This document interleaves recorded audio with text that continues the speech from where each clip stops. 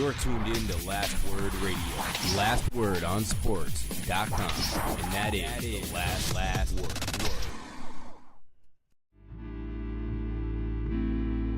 This one has a chance.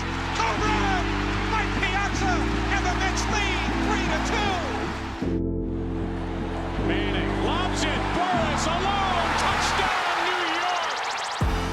Derek Jeter with one of the most unbelievable plays you will ever see by a shortstop. On the right sideline, Houston pops out up top, down the lane, running jumper off the front rim, and in. What a save by Lundqvist. What is going on, New York and the rest of the world, and welcome back to a new episode of Empire State Sports Talk for the second Monday in October. I am the one and only Jason Burgos, and with me is the Shogun of Lakeland, Florida, Jose Maldonado. What is going on this morning, Shogun? Who is the master? It just doesn't sound as intimidating coming from like swampland, you know what I mean? But I'm hoping you have the same football shoulder pads, hopefully. Oh, always, man. You know what I mean? With the little Japanese symbol in the middle, except it's a Miami Hurricanes logo instead. You know, go you.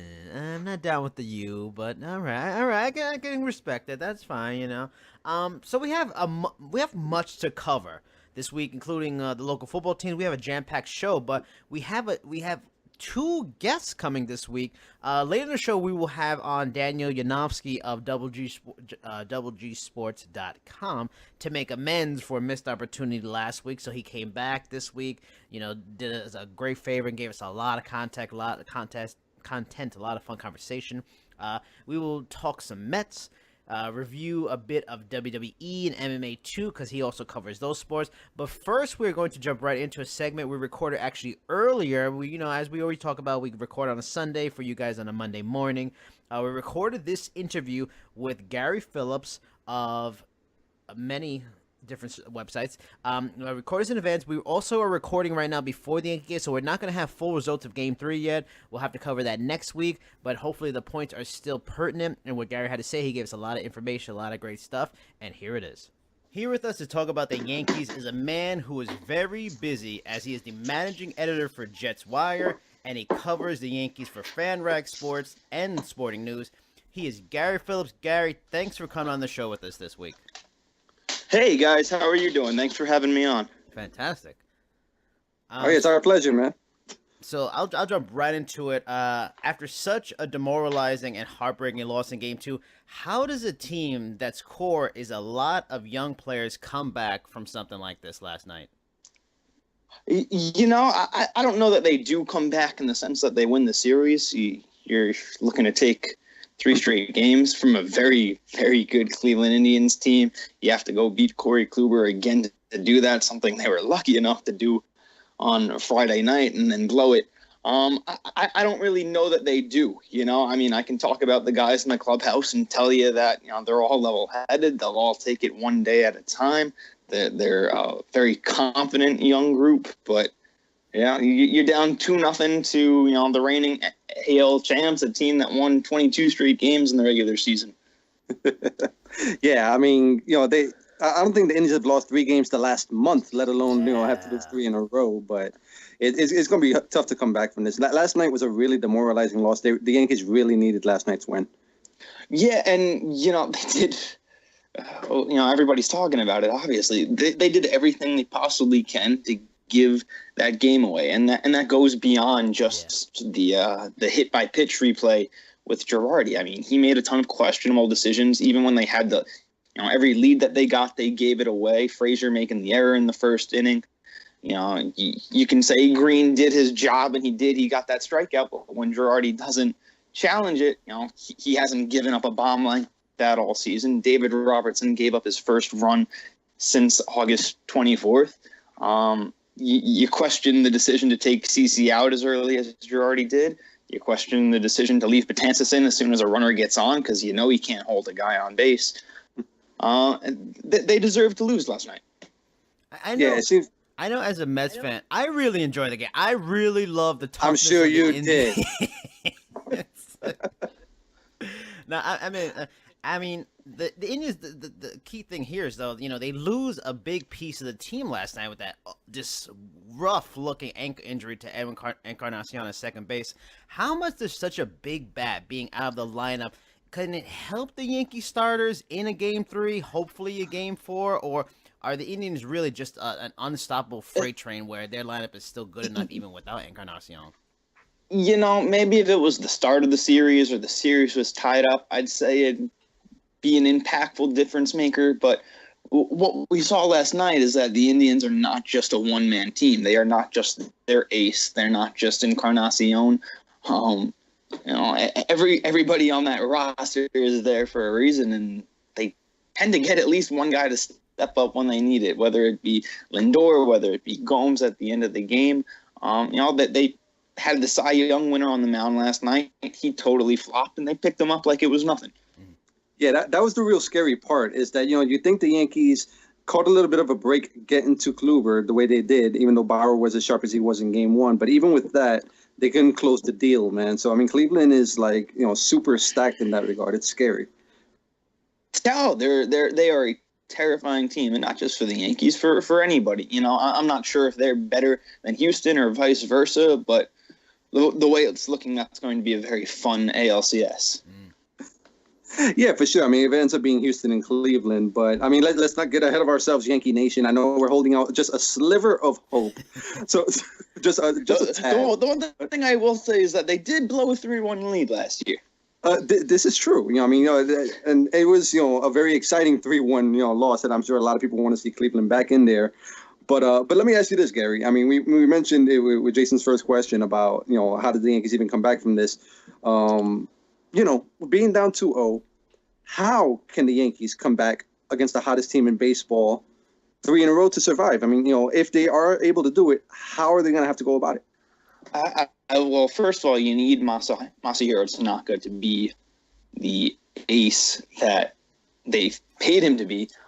He's kind of been a wild card all season long. They need him to step up. At the end of the day, you're looking at a 3-game winning streak, which isn't impossible. It's not easy against this Cleveland team, but it's possible. So you need more solid pitching. You need your bullpen to perform like it did in the wild card game, not like it did last night.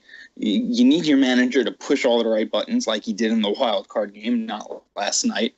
And you need some of your bigger bats to kind of get going here. I mean, Judge did a good job getting on base a few times yesterday, but he's yet to make contact in this series. He needs to hit the ball. Didi Gregorius is another guy having a rough series so far, 2 games in. They put 8 runs up on the board last night. I mean, that's a game they should win. They did everything they could to give it away. If they can repeat that formula and, have their other parts, the bullpen primarily and Girardi primarily, do what they're supposed to do,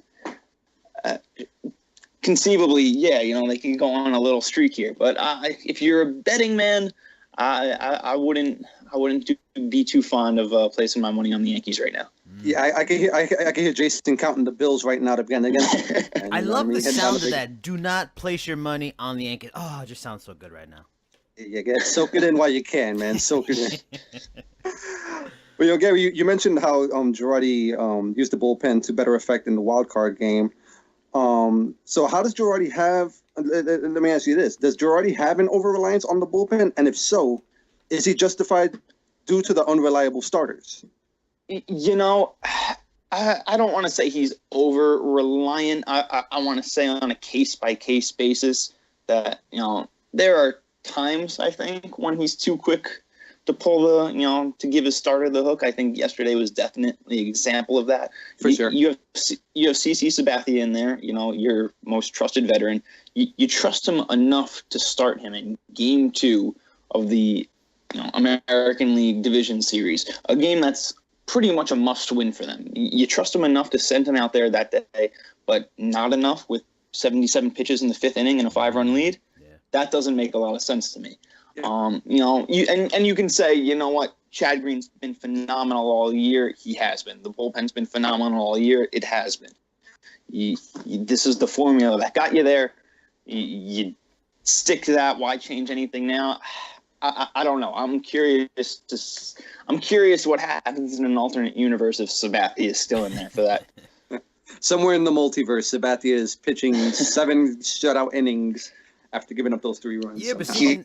he's got a healthy knee. He's ready to sign a 3-year deal. Things are going much better. See, but you can't do the multiverse thing, Jose, because in the multiverse version, probably Corey Kluber only gives up like 2 hits and he plays like Corey Kluber, and then you really have no chance. See, but that's in Universe X. I'm talking about Universe Y right now. You know what I mean? Okay. And there, Very Sabathia is confusing. shutting it down, man. All right, now, me and Jose have debated this on previous episodes, and we've talked about who do we think has been the Yankees' MVP this season, and it's been an interesting debate because they have so many interesting players. Who would you say has been the team MVP for the Yankees this year? I say Ricky Henderson, although Jason thinks he's outdated. I was gonna go with Winfield, but yeah, you're right. Good Lord. It's Judge, and I think he's the MVP of the league. I really do. And that's with the 2 terrible months that he had. If you look at what he did in the first half, the numbers aside, what he did is kind of what put the Yankees in position and inspired them to go make deadline deals for Sonny Gray, for David Robertson, Kane Lee, Frazier, that now have propelled them into the postseason.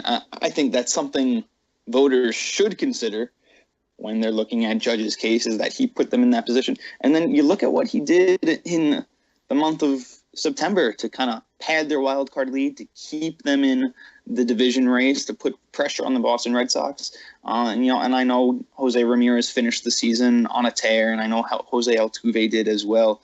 But you look at the numbers, you look at what he's done. He also happens to play a very good right field. I know that doesn't get enough consideration in MVP voting. My vote would go to him for the league, for the Yankees. You can also say it's Ramirez. You can also say it's Altuve. I really don't think there's a wrong answer this year. And then just, for the Yankees, a guy that just doesn't get enough appreciation around the league is Didi Gregorius. Yes, you can that's my team say, MVP pick. Oh, yeah. you could say he is their best all-around player. Yeah. I think that's a fair statement at this point in his career. I mean, what he does is just so overlooked because you have this cachet of young major league shortstops right now that are superstars, guys like Francisco Lindor, Carlos Correa, Corey Seager, and he just doesn't get enough love because there's such a backload. We used to look at in the late 90s, early 2000s, there was Jeter, A-Rod, Garcia Parra. And then there was this kind of, second tier, but it was a huge drop-off. Now, if you look at it, you have the Lindors, the Correas, the Seagers, and right there behind him is Gregorius. Right there behind him is Xander Bogaerts. And there's just such an overwhelming surplus of talent at that position right now. It's very good for the game, and it's working out very well for the Yankees right now. Yeah, and that's a really good point. I mean, this is definitely another renaissance period for the shortstops, and Didi might get lost in that shuffle, especially being on the Yankees with, like you said, Aaron Judge, the year he's been having, and so many other bigger names that maybe Didi's not that marquee name yet. But yeah, no, I mean, although my vote was Aaron Judge as well, I can't argue with your case for Didi, and Jason, of course, that's his MVP of the year for the Yankees as well. So, but let me ask you this: so now we discussing the MVP and the Yankees and how they have this core, group of young talent now, which is, what led them to success in the mid '90s, in the mid to late '90s. Can this young group of Yanks produce results in the coming years, or do you see them fizzling out? Oh, absolutely not. This is a bright future that the Yankees have set themselves up for, and it's something I wrote about recently at FanRag Sports, and Don't shoot the messenger because I'm delivering it today with them down 2-0 to the Indians. I wrote it beforehand, but I kind of said whatever happens in this series is the cherry on top of everything that is to come. They're a year ahead of schedule.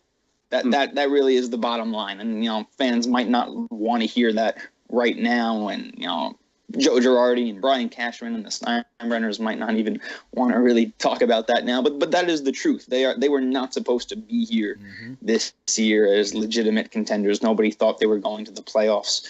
Nobody thought they would be deadline buyers. Nobody thought they would have an MVP candidate as a rookie. They set themselves up brilliantly for the future, and that's with the prospects that they've brought up, the young kids that are already on the team, even the deals that they made, getting guys like Gray, Robertson, those guys are locked up beyond this year. So yeah, the future's bright. Yankees fans should be thankful that their team didn't have to go through years of tanking like the Astros did or the Cubs did for their rebuild. I mean, their rebuild hasn't been all that successful, minus a year. Yeah. But I felt such anguish in your voice, did you? Yankees fans fire Girardi, fire Cashman, blah blah blah. They're a little bit of a spoiled punch. We're on 19 seasons now of a winning record. That's insane. That's unheard of. And things are about to get better. I would look at this kind of like the Cubs 2 years ago when they made the when they disappointed in the playoffs, and then look at what they did next year. It's a young group. It's not supposed to be this easy or happen this fast. I mean, that's good to hear, man. Yeah, since you mentioned Girardi, do you think, let's say the season ends, soon, they quickly lock him up for years to come, or do you think they play a little hardball with him? They always seem to be a little weird with Girardi. They always seem to be a little iffy whenever it comes to managerial decisions, especially when contracts are up. There's a little back and forth with Torrey when that happened. But I don't see anybody else other than Girardi managing this team next year. Terry Collins is available. I think that's going to be a hard pass.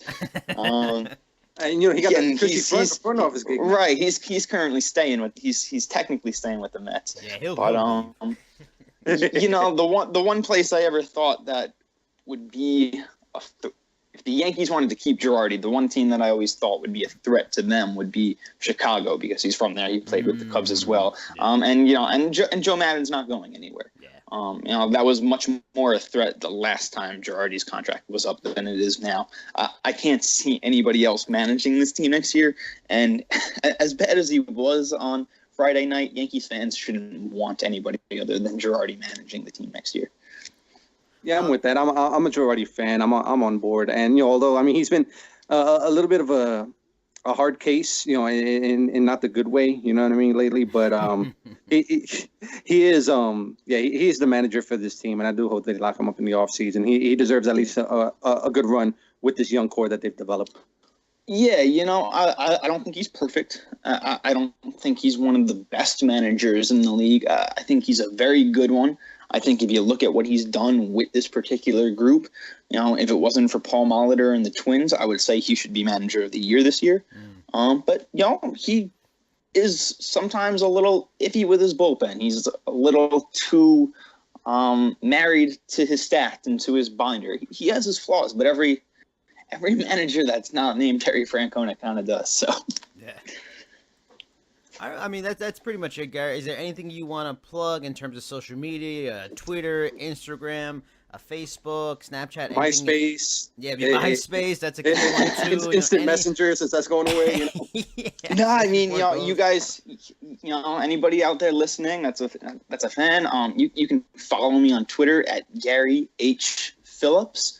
We talked a lot of Yankees here, but I do a lot of New York Jets stuff as well. So you can follow me for that. You can follow at the Jets Wire for some of that content. And then make sure, you go give FanRag Sports and Sporting News a follow as well. That's where all my baseball stuff is.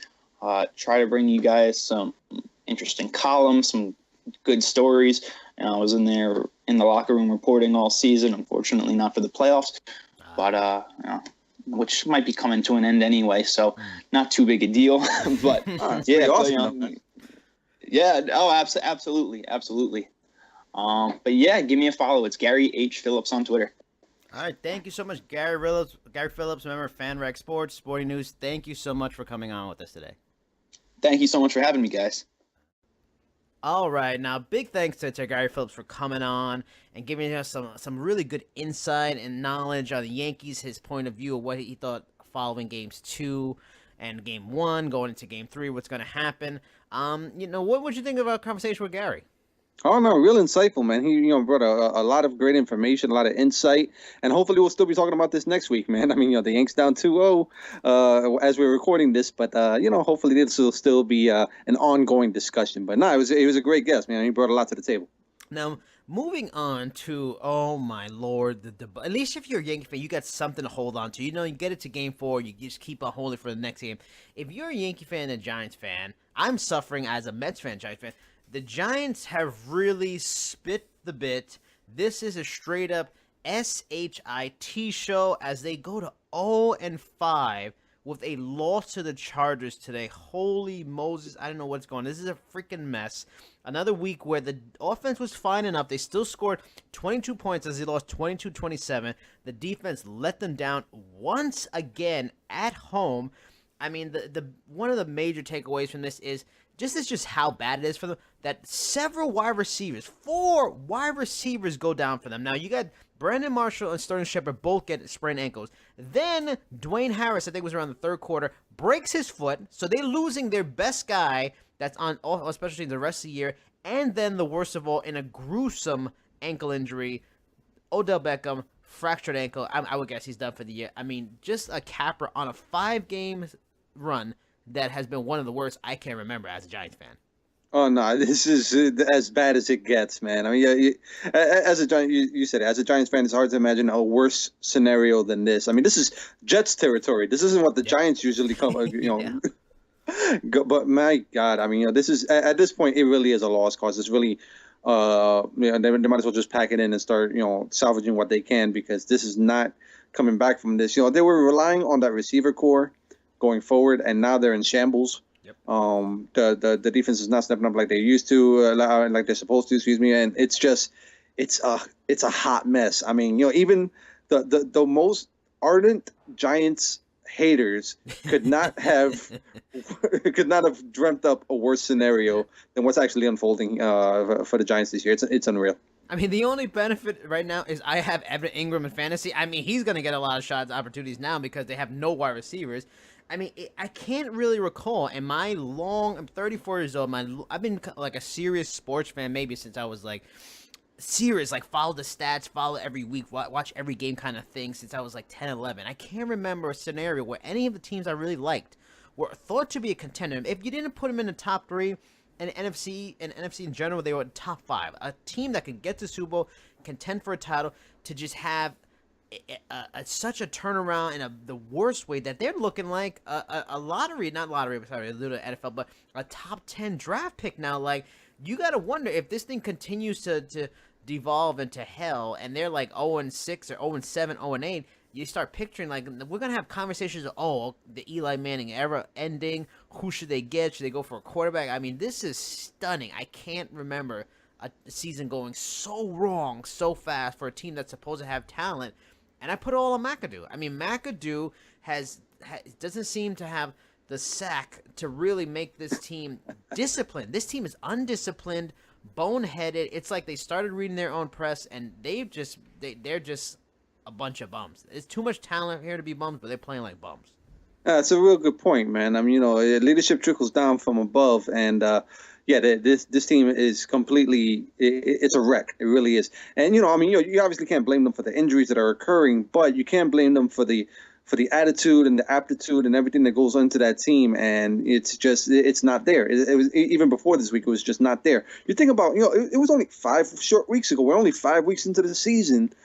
They were talking about the Giants as a division winner. They were talking about the Giants-Cowboys matchup as what was potentially going to decide the NFC East right from the start. And fast forward now, we're talking about them potentially being towards the top end of the draft next year, man. It's crazy how quickly this is just slid down into nothingness. Yeah. And then on the flip side of things, we have the Jets. They win 17-14 against the Browns today. It wasn't the most impressive win you're going to have out there. I mean, the Browns really did a lot to help the Jets in this game. They had turnovers, they had missed field goals. I mean, the game was 3-0 going to the third quarter. The Jets put it on, and it started really pulling away in the fourth, 17-14. But it just the biggest thing maybe is Bilal Powell goes out with an injury, but I mean nothing otherly impressive. McCown 194 yards. The running game really didn't get too going. Passing game didn't get too going. I mean it was clearly the defense kept him in the game, and the bad play at times by the Browns not doing much and not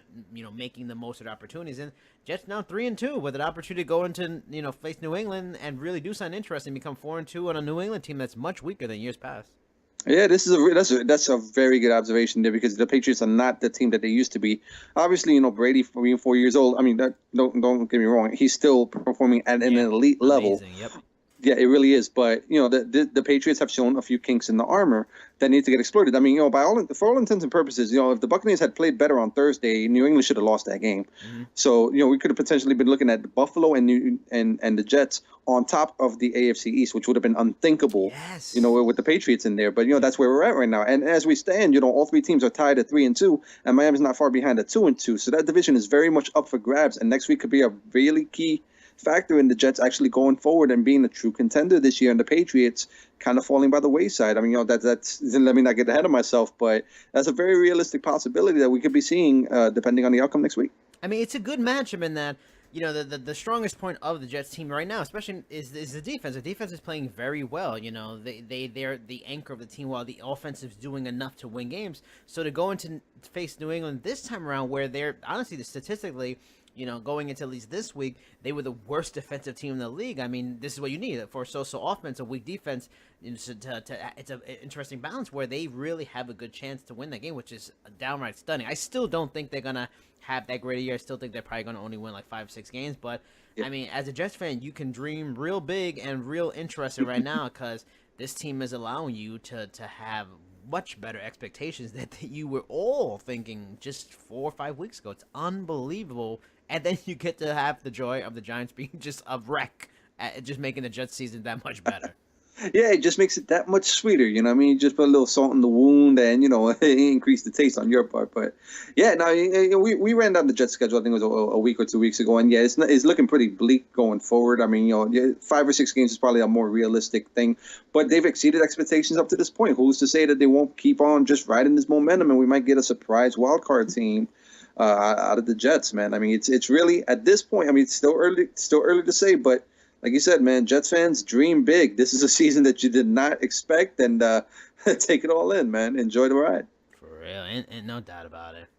All right, it is now time to bring on our second guest for this edition of the show. He covers many mediums for GGSports.com, as he also writes on MMA and pro wrestling for the site. However, he is on with us this week to lend his expertise on the Mets, and that man is Daniel Yanofsky. Thanks for coming on the show this week, Daniel. Really appreciate it. Thanks for having me, guys. All right, it's awesome to have you, man. Welcome.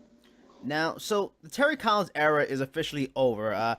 Though he is still staying in the organization in a front office role, what is your opinion of Collins' tenure as a manager after such a disappointing season this year? Well, it can go both ways. You can be disappointed about it, or you can be happy that he gave it his best. Personally, I've met him a few times, and he seems like a nice guy. He's a great baseball mind. However, like we saw with Joe Girardi a few days ago against the Indians, he can also make mistakes that will affect the organization or will get people wondering, what are you doing? And he's an emotional manager, Terry Collins was. We saw that with Johan Santana's no-hitter. We saw that with Matt Harvey in the World Series. Mm-hmm. He means well, but I think a lot of what he does is misunderstood. And I think his legacy is going to be something that exceeded expectations, but will walk away with a sour taste in your mouth. Yeah, I mean, me and Jose were talking about this last week. It's crazy what he has been through as a manager. Like, he was there when Jose Reyes was trying to win the batting title for a season, and then he was also still there when Jose Reyes came back as an older player, maybe as a utility guy. Like, what he's gone through in that entire period is pretty stunning. He's really been from the fall to the rise to the refall of the team. But now with an opening at manager, who do you think could land the job? I mean, we're hearing a lot about Alex Cora and names like that. Do you have any people in mind, or at least if not people in mind, a type of personality that needs to come into that locker room after Terry Collins? Maybe Earl Weaver. Yes. Well, you actually just named the guy who I believe should be the manager, Alex Cora. Mm-hmm. I heard for years, while he was a player, while he wasn't, how great of a baseball mind he was and how great of a manager that he can be. And while he did do some work this year, especially in the World Baseball Classic and all around the world, I believe Alex Cora could be the right fit for the Mets going forward.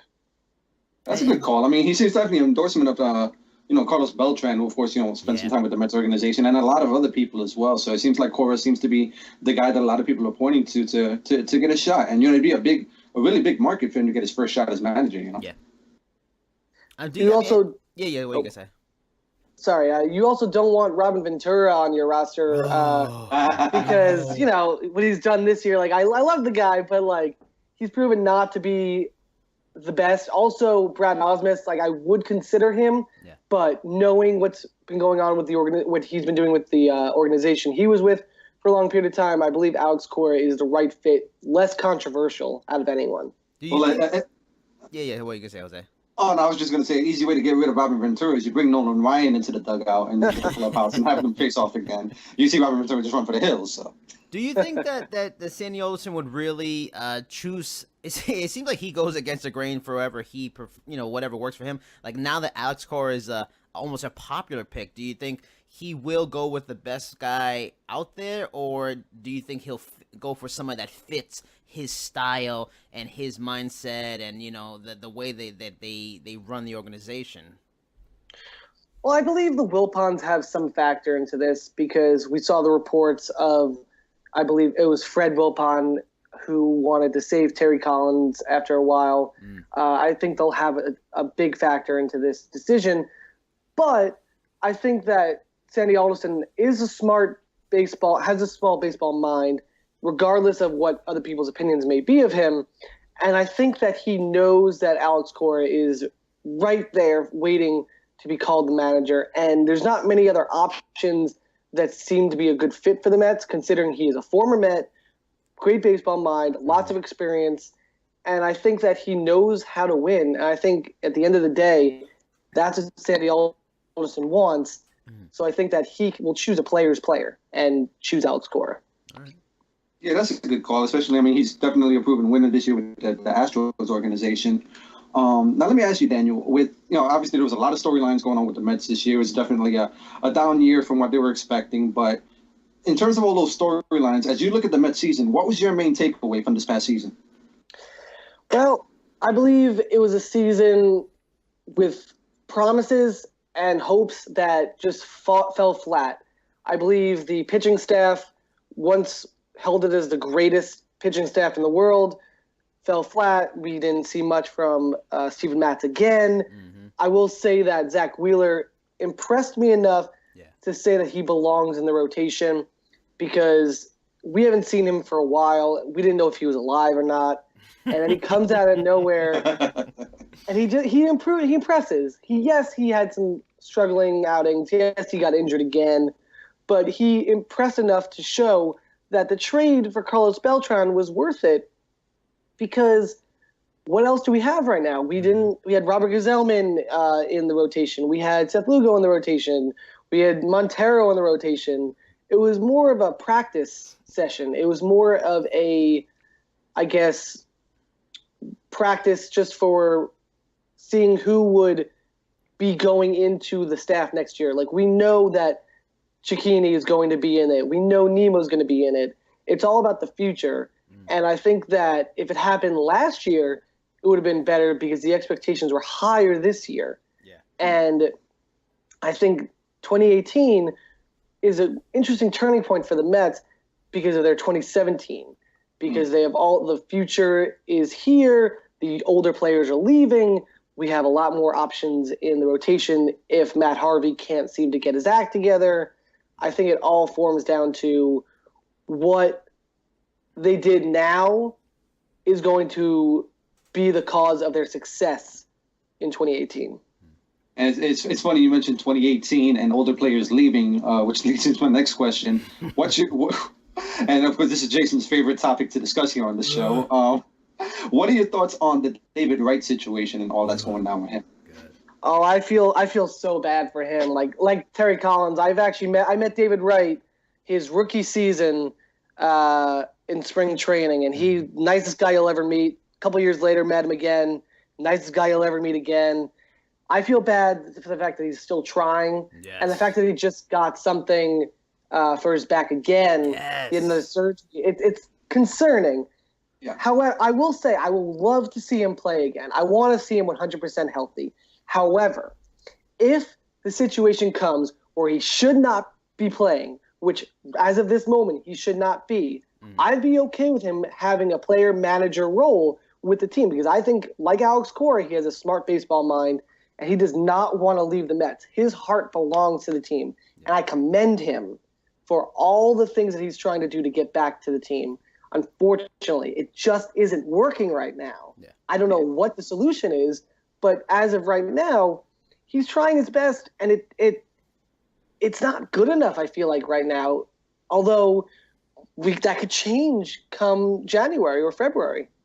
Yeah, I mean, he definitely has a lot of goodwill with the organization and with the fans. So, I mean, you pretty much nailed it. There's a contingent of fans that would love to see him back healthy and contributing, but if he's not able to do so, maybe it's time for the organization to move on in terms of him being a regular, everyday player. I mean, me and Jose have talked about this, and my feeling is David Wright, appreciate all-time Met, great job, but just go away. Just he's holding on like the song He Keeps Holding On. Like he just. Oh, you got to sing it, brother. You got to sing it. I don't want to make Daniel uncomfortable now.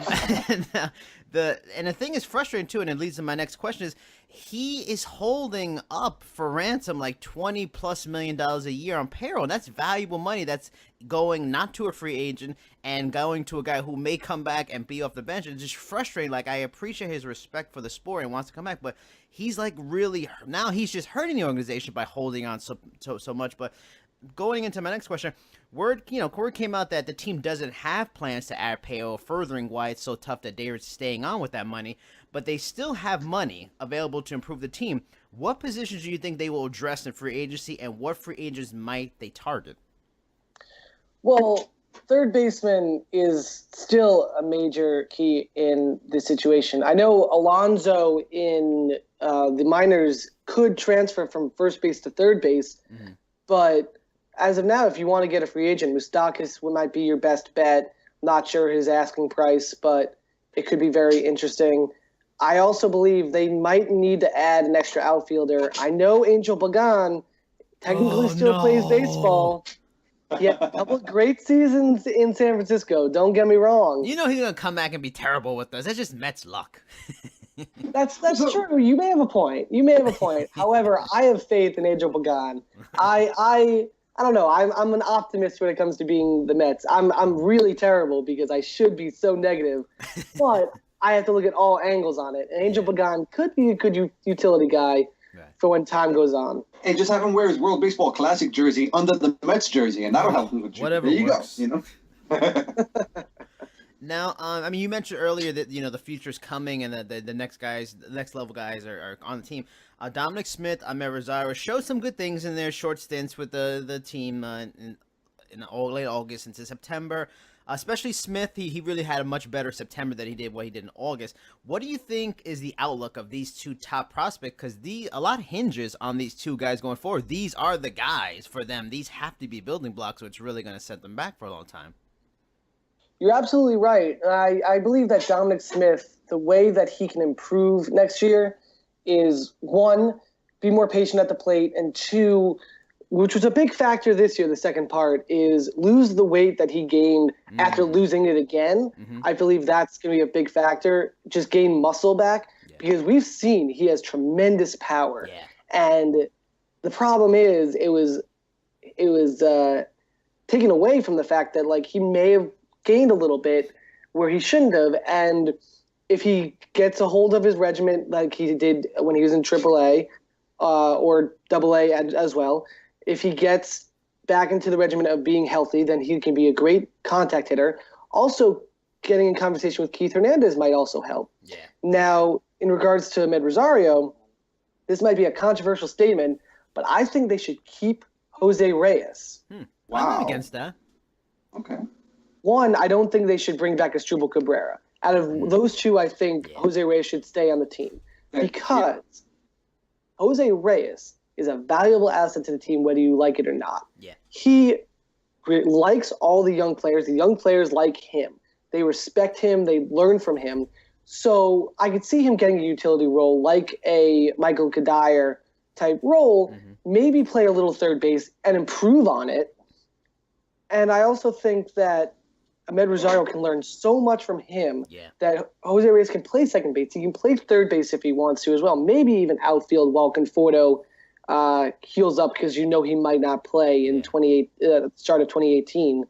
And I think Jose Reyes is going to be a big factor in Ahmed Rosario's success. Yeah, that's a real good call, man. I mean, that Reyes angle is one I hadn't heard, but definitely a very interesting point there, man. And, it goes beyond just the baseball aspect of it. Like you said, he's a great morale booster for the clubhouse and the dugout and everything, so that'd be interesting.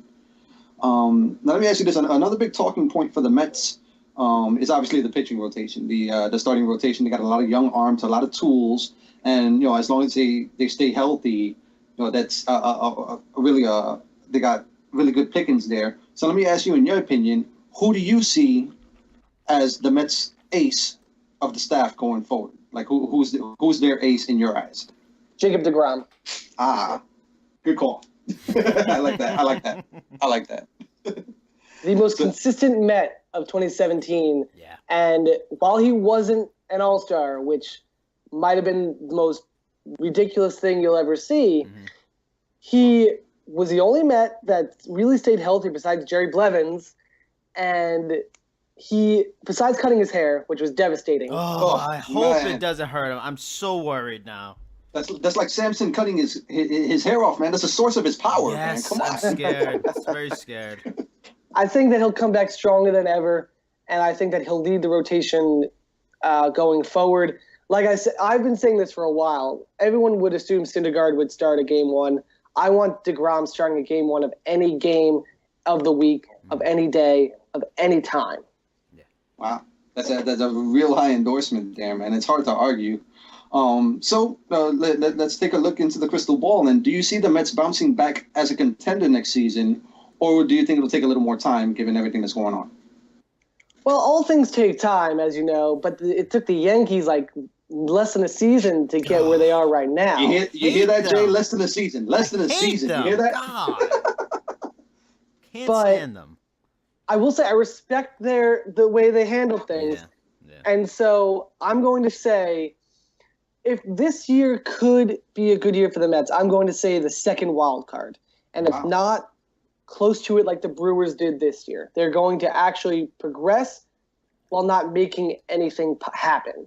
And that's not a bad thing, because if you can go above 500 and have a healthy staff, but just not quite make it, you did something special. You did something.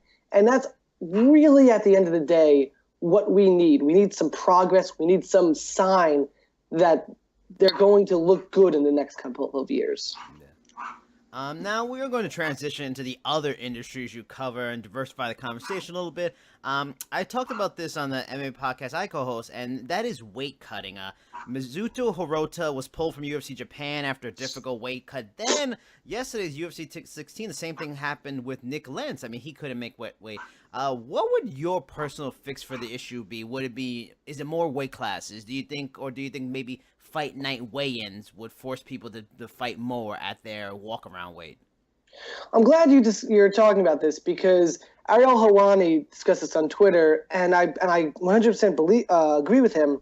Boxing has super heavyweight, they have super lightweight, they have all these weight classes, maybe like 20, 30 weight classes, who knows?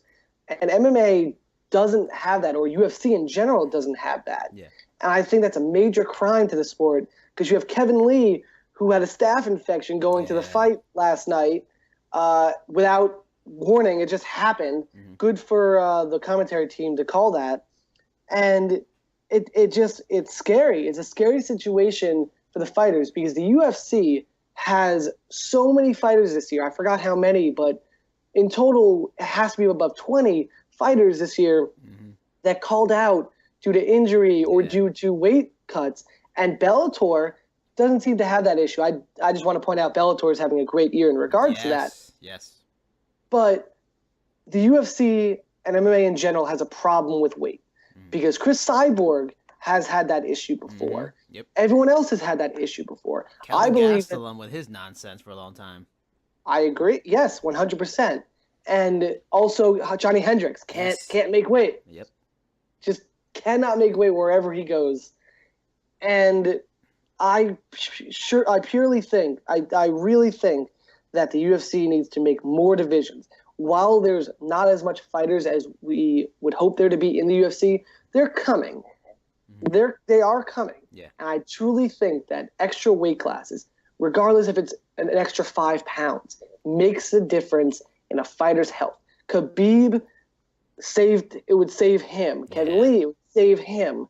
It just makes no sense why MMA/the UFC can't come up with that and be the innovators of that. I was going to ask a question about John Jones, but then I really don't feel like talking about the negativity that surrounds this man at this point. So bring it on! I'd no, love to talk no John about Jones. I got a better question. So instead, I ask: is Demetrius Johnson pretty much the undisputed best ever, or is there a case at all for someone else? He's the best fighter in the UFC and in MMA. Wow. Another ringing endorsement last night, man. I mean, good Lord. He's the most underappreciated fighter, I believe. I believe through Dana White, more or less. Yeah. But like the things that he's done and the thing that he can do is incredible. The flying armbar was the best thing I've ever seen in my life. I mean, not only is it quality, he's exciting to watch too. It's video game level stuff. I mean, it's like watching a video game come to life. The stuff he did, and this isn't like, you know, like Tony Ferguson or certain other guys, Venata that fought last night. That they kind of do this wild and woolly, crazy. They're unpredictable, like Yair Rodriguez kind of stuff. This guy's extremely technical. He knows what he's doing. He pops out like he even had Borg. He was wrapped around and he had his back, and he threw a kick to his head while he had his back against the cage. Like, he comes out with the stuff, and he even said after the fight he did that move. He's been doing that move in the gym. So it wasn't like a lot of guys were, oh yeah, I just thought of it in the cage. No, this guy does this stuff, and it's technically sound and perfected. So when he implements it on Ray Borg, it's like, what the hell just happened to me? It's unbelievable. I know I caused a scene, like, with my friends. I was going crazy. You could see everything going wild for me. But I will say, I think the reason why he's underappreciated, the reason why he doesn't get as much exposure, is because he's in the flyweight division. Yep. And the flyweights, they're great. They're great fighters. Yeah. However, there doesn't seem to be that competitive edge as you think. Like, the fights that Demetrius Johnson puts on are great. Don't get me wrong. Would a TJ Dillashaw fight have been good? Probably. Yep. We'll never know. Maybe. If Demetrius Johnson loses to Cody Garbrandt at UFC 217, then I can see TJ Dillashaw going down to flyweight and actually trying to put on a show that was meant to happen, unless the weight issues come into play, which Demetrius Johnson was talking about earlier. My main issue, though, with Demetrius Johnson, just like Amanda Nunes, they're the most marketable stars the UFC have, and they aren't even marketed. Yeah. Yep. But they focus on one or two guys, and it's so weird because the UFC was so known for its branding, and it was unique compared to boxing, where it was more individualized. Now it was more the brand, the UFC brand. You watch the show because UFC, no matter who it is.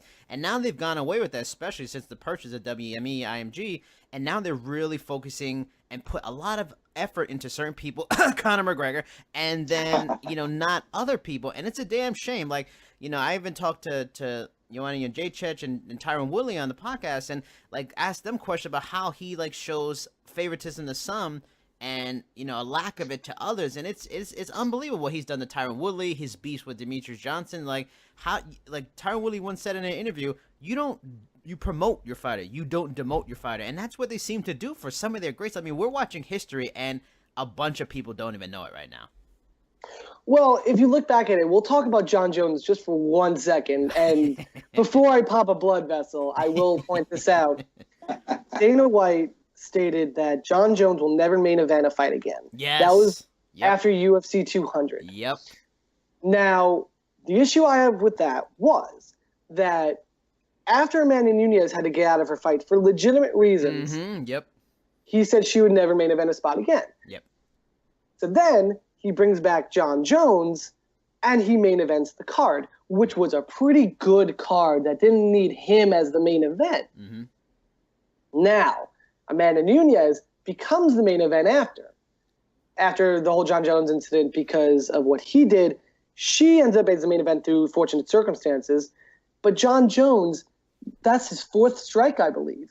Now, how are you going to put him back in the main event after his 4th strike? That's on you. Yeah.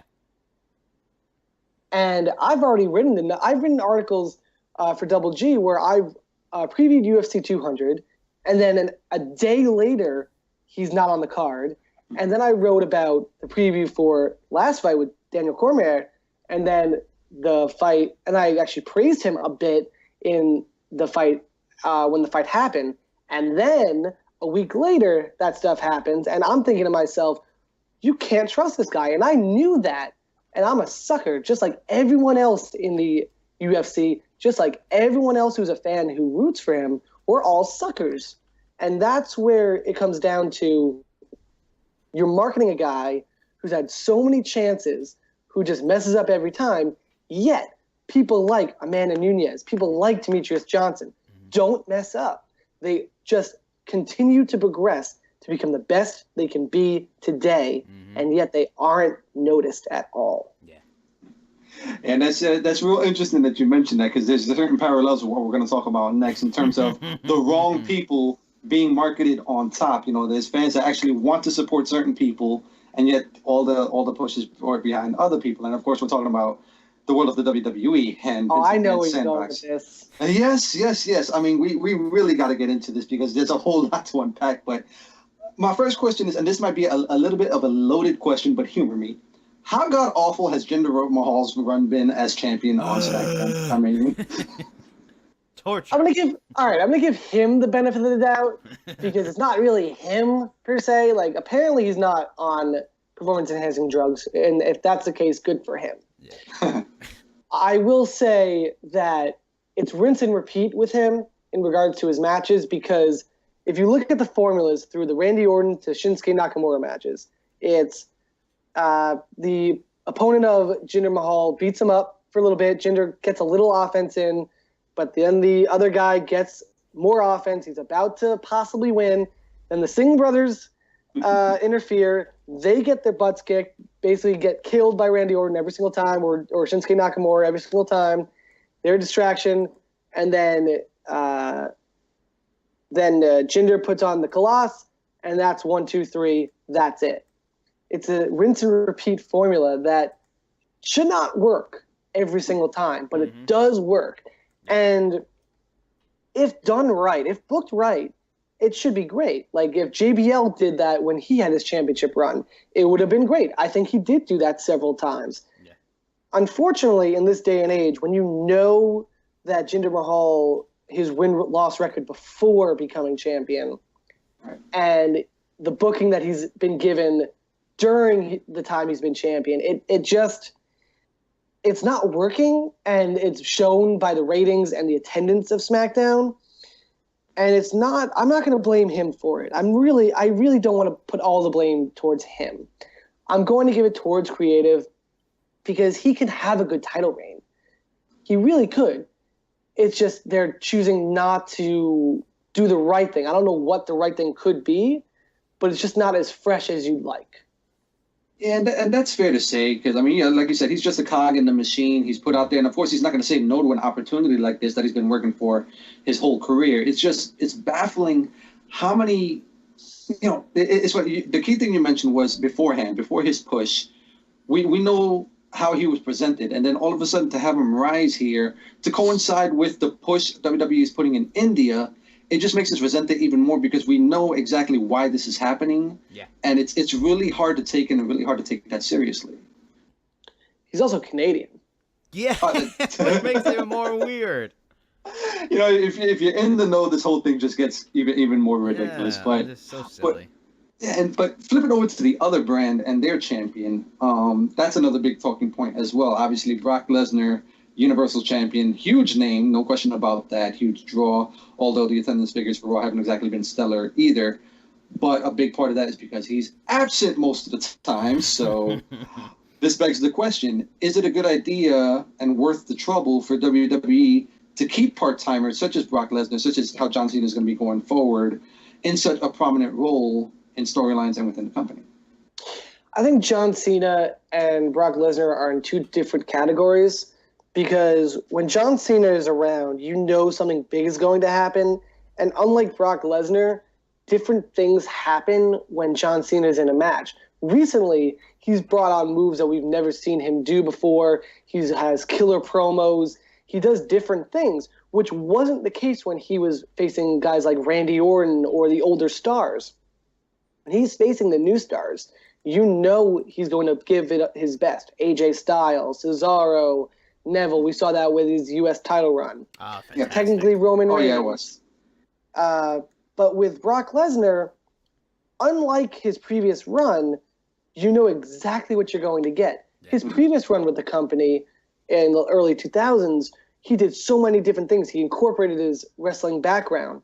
Now you expect Suplex City, Suplex City, Suplex City, and that's really it, like we saw in the Braun Strowman match. Yeah. And I think that he can benefit the company, but he also hinders the company. And I think that compared to John Cena, I think John Cena has a better role with the company and is better off as a part-timer than Brock Lesnar is, because I think John Cena is benefiting the company more than Brock Lesnar is, while also providing enough coverage for mainstream media. I think Brock Lesnar has an edge on that as well, but I don't think, compared to John Cena, I don't think that he's benefiting them based off the performances he's been given. So I mean that's pretty much it. Is anything you want to promote? The social media, the Twitter, Instagram, Facebook, Double G Sports. Anything you want to let people know so they can follow you? You can follow me at Dan YANOFSKY, Double G Sports at Double G Sports, and at DGS_main event, my channel for my personal channel for Double G Sports for radio and all things pro wrestling, MMA, and boxing. Tune in to WWE Hell in a Cell tonight, where you'll see Shane McMahon fall off a cell. Yeah! It's gonna happen. You know it's gonna happen. Maybe this time he'll fall through it. I think he'll try to copy Foley this time in that way. He'll fall through the cage. Falls count anywhere. I can see him just getting killed on top of the cage. Just pinned on top of the cage would be great. Oh, that'd be awesome. I mean, Daniel, thank you so much for coming on the show with us. We really, really appreciate it. Thank you guys for having me. All right, now, you can follow me on Twitter, Cheap Seats Chat, or you can follow me on Facebook, Jason Burgos Jose. Give them your socials as we wrap this show up. You can follow me on Twitter at Stickman Cinema. I also have a Stickman Cinema page on Facebook. Love to hear from you, good, bad, all kinds of feedback. Let us know what you think of the show. We'd love to hear from you. All right, and that is all for today's show, but that is not all for Last Word on Sports Radio. Coming up next is the Big Apple Sports Hour. Don't forget to come back at this time tomorrow for Broad and Patterson. We're moving from 10 o'clock to 11 o'clock on Mondays. Thank you, everybody. Jason Burgos, thank you, Daniel Yanofsky. For Jose, say bye-bye. Bye-bye, everybody.